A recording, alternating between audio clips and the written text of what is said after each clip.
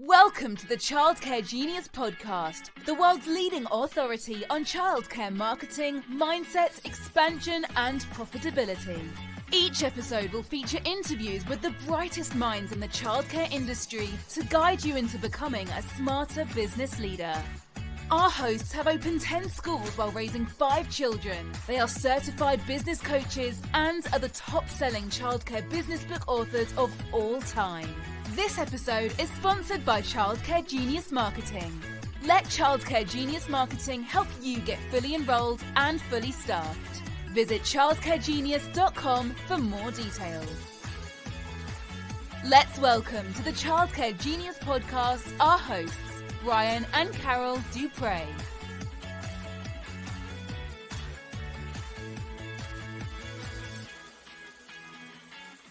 Hi, welcome to the Childcare Genius Podcast. We're your hosts, Brian and Carol Duprey. Thank you so much for joining us today.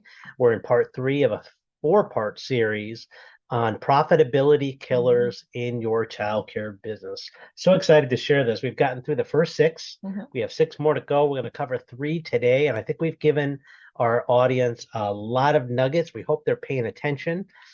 We gave a lot of good tax advice last week. We're going to go into some more details today. But if your finances are a weakness of yours, unless you have a degree in accounting or a degree in finance, or you really got a good handle on it, chances are you're probably like a lot of other childcare owners and probably need a little bit of work in the finance area. Why don't you come to our conference? We'll have a whole conference on nothing but financial. And it is every topic that we teach is going to have a financial component to it. And that is September 29th to October 3rd. It's in Riviera Maya, Mexico, near Cancun. And Carol and I are going to be teaching there. I think we've got 9 or 10 guest speakers. They're all going to be teaching financial topics. And it is a working vacation. We're done at 1 o'clock every day. So we only work from 9 to 1, 4 hours a day. It's a 4-day conference. And you're going to have 16 hours of really intense financial training. I'm going to have a lot of fun. Get to lay in the pool afterwards or lay on the beach. We're going to have poolside coaching every day in the pools with financial experts. And again, did I mention tax deductible vacation? And another cool thing is I'm putting $1 million guarantee on this conference. I guarantee you're going to learn $1 million worth of information. So see me at the end of day 3. If you've not learned at least $1 million worth of information, move that needle 7 figures in your business, I'll give your money back after day 3. I'm excited about that. Nobody else puts their money where their mouth is like we do. And it's going to be a great conference. We're limiting it to about 250 people at this conference. So, and we've been to this venue. It's amazing. Yeah, and owners only. Owners only. It's all inclusive, all you could eat, all you could drink, great alcohol, great food. Yeah. And it's a huge resort. So there's 5 hotels in this one resort complex. We prefer the adults only. We prefer the adults only because we don't want kids peeing in our pool. Did I say that out loud? Yeah, I said that. I'm just kidding. Adults pee in the pool too. Unfortunately, I hope I made somebody laugh there because I probably shouldn't have said it, but oh well, life is short. But anyway, the pools are amazing there and the beach is beautiful and we just can't wait to get back. We were there just a couple months ago and we can't wait to get there in September. So go to childcaregenius.com, go to the conference tab and get your tickets today. They're on sale right now for $5.99 for 1 ticket or $9.99 for 2. So you save $200 by buying a pair. And go ahead and bring your spouse or significant other, and they're going to enjoy coming to this conference. And it's attended by about 40% men. So bring them along with you. So today we're going to talk a little bit about 3 more profitability killers. What's the first one we're going to talk about today, Carol? Financial mistakes. Finances. Financial mistakes are huge and very costly. So the first one is carrying recurring credit card debt.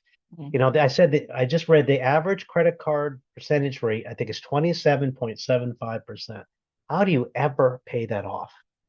And I know I have listeners right now that are carrying recurring credit card debt. It means you pay interest on your credit card every month. Now, the last time we paid interest, I think, was 2002, 2004, somewhere around there, that I paid off my last credit card and have not paid interest on it since.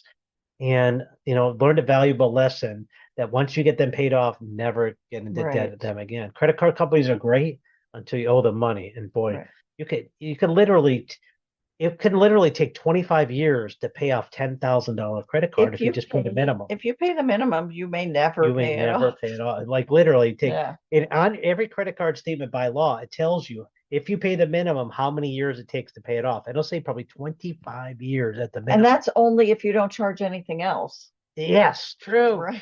That cheeseburger you have charged, you're paying, you could literally pay $350 for a cheeseburger when you count interest in there.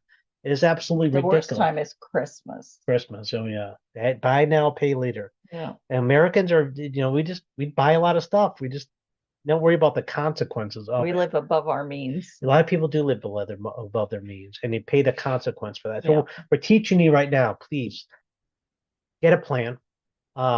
Kim, one of our coaches, Kim, we just got back from a Child Care Genius live conference in Las Vegas, and she taught about, putting together a dashboard to pay off credit card debt. And it's something I helped her to do years ago. She had $86,000 in credit card, and I helped her pay it off in 18 months. We just put a plan together, and she got to work. Of course, I helped her gain enrollment, which gave her more kids, which gave her more money, which gave her paid off. So it was a plan through coaching. We were able to get her there. So, the bottom line, don't carry recurring credit card debt.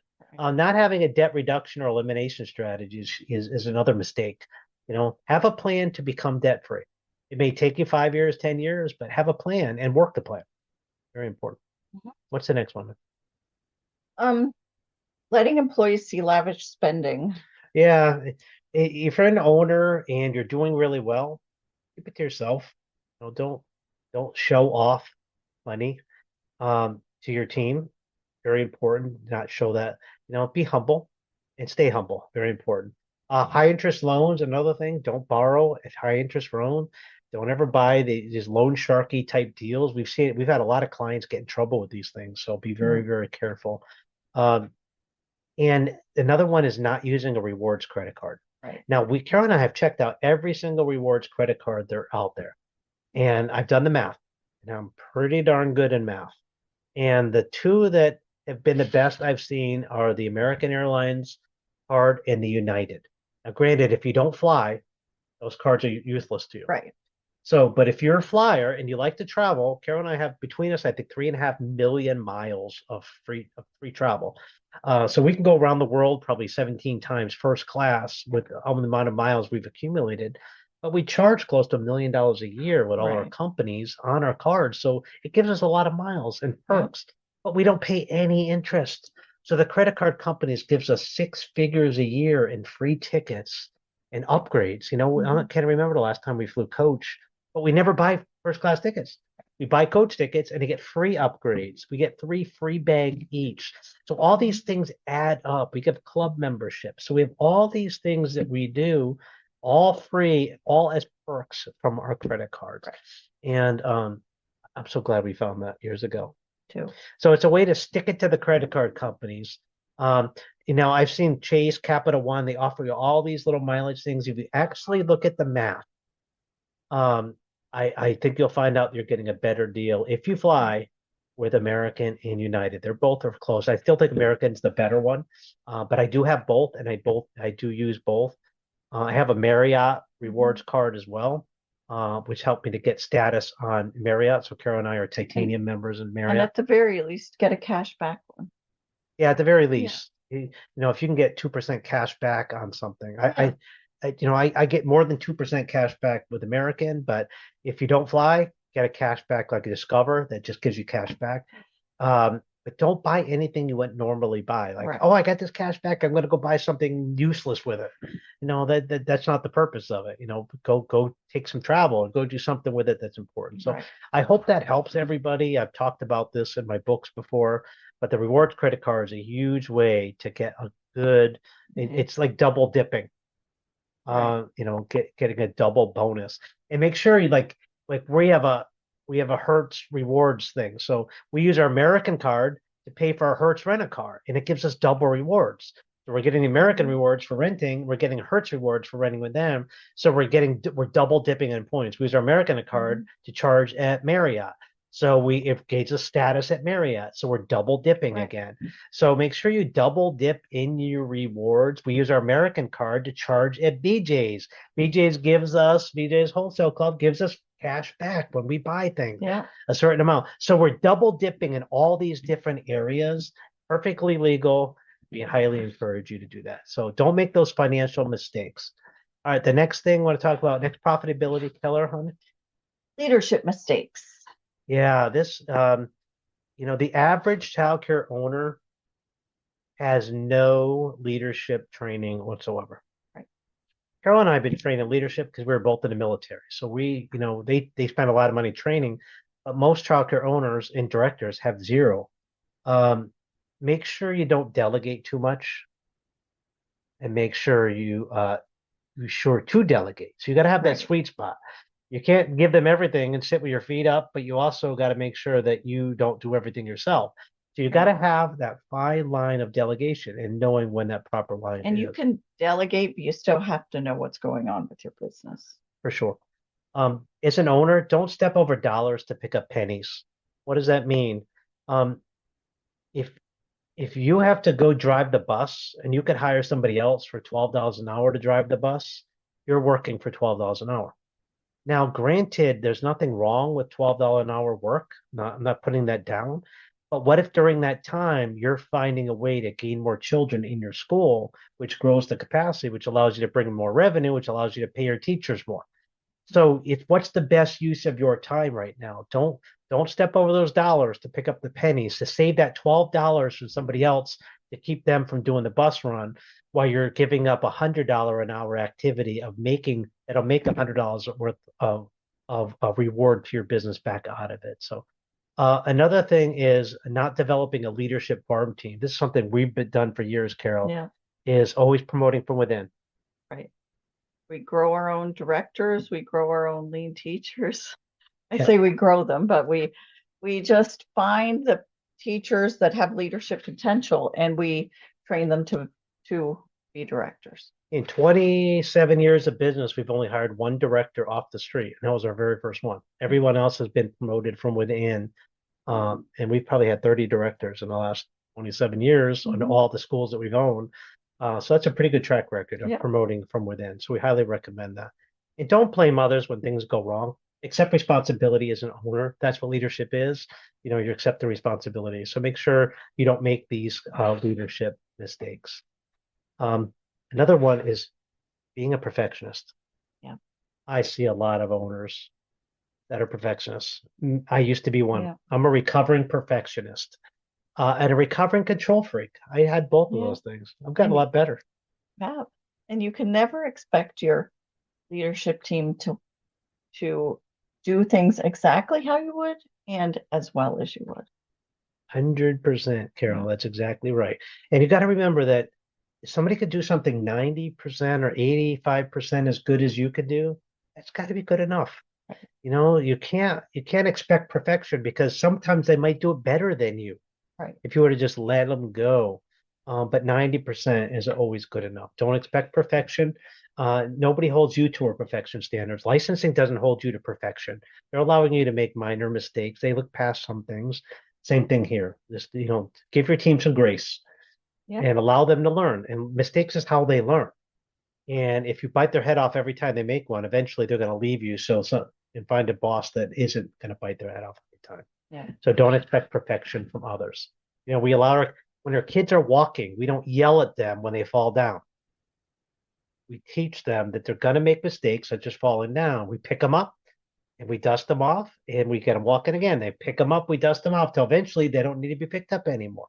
We don't yell at them. Same thing with your directors. When you cut them loose, when they fall down, you pick them up, dust them off, and get them walking again. All right, moving on. What's the next one, Carol? Expansion mistakes. Yeah. Ooh, I had a big one here. A couple weeks ago, I did a coaching call with somebody, and they wanted to open a new school. And the new school, they had about I don't think they had that much. I think they had $50,000 in savings, and they wanted to open a new school. It was a nice new school, don't get me wrong, but the rent on the new school is like $37,000 a month. She only had 50,000 in savings. So yeah, she could afford to get in there, but she would have no money left to pay month two's rent if if it wasn't full on day one. Right. And that's where the problem lies with a lot of owners is being undercapitalized when they open another school. Mhm. You got to have 6, 8, 10, 12 months of revenue in the bank that could support you for that first few months. I had a client who built a $6 million building, and it took us a year to get enough schools to get enough kids in that school to get it profitable. He knew when he first started out that, his $50,000 a month rent, he knew he'd have to come out of pocket that for months and months and months till it became profitable. He had enough reserves. What if he didn't? He'd already been out of business. So very important. Do not open a location unless you have enough reserves or access to reserves through lines of credit, things like that, to carry you through the lull times. And this is why we see schools fail, Right. because they're undercapitalized. Yeah. So very important. Make sure you get the right type of expansion for your area. When you're going to add it, we call it add inventory to a market. So if you're going to add a school, meaning that you're going to start a new one or do a ground up build, anything other than existing school, you're adding spots to an area. If you add spots to an area that already has excess spots, that creates a problem, meaning that now it's a supply and demand issue. Now there's excess spots, which drives prices down. That creates a problem because supply and demand, right? There's more supply, there's less demand. So that creates an issue. So make sure you're only adding inventory to an area, adding spots to an area that's deserty, that everybody has a waiting list, that you need that. Because if you just open a school, you're actually hurting the market, driving prices down. And you're not, all your kids you have to get by stealing them from other schools, which hurts them. So everybody gets hurt. And all of a sudden, instead of 9 schools that are doing decent, you have 10 schools that are all struggling. And I've seen it in the area a lot. Yeah. So make sure before you add inventory to a market, that you're sure that market needs that inventory.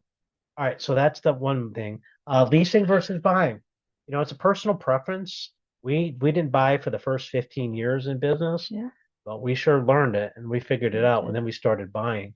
But if leasing is all you can afford, there's nothing wrong with that. We still lease one of our locations because it's such a great deal. I would never want to buy it.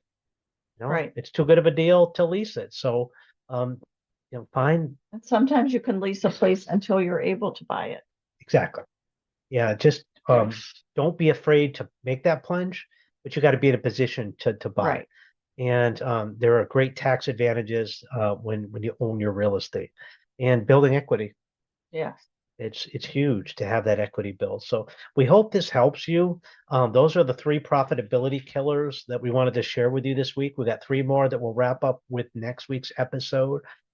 So we hope you've enjoyed this episode. Don't forget to reach out to us if you have any more clarification, we can help you answer any question about this. My email personal is Brian, BRIAN at childcaregenius.com. Feel free to reach out. And if I could help you in any way, let us know.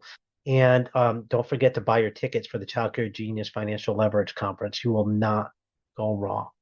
So this concludes this episode of the Child Care Genius podcast. Thank you again for taking time out of your busy life to spend some time with us. And don't forget to hit the subscribe button so you won't miss a future episode of the Child Care Genius podcast. And we'll see you next week. Bye. Thank you for listening to the Child Care Genius podcast. If you enjoyed the show, please do us a favor and hit the subscribe button so you don't miss a future episode. Don't forget to visit our website at childcaregenius.com to see a list of services we offer to help grow your childcare business. Until next time, thank you for being a part of the Childcare Genius community.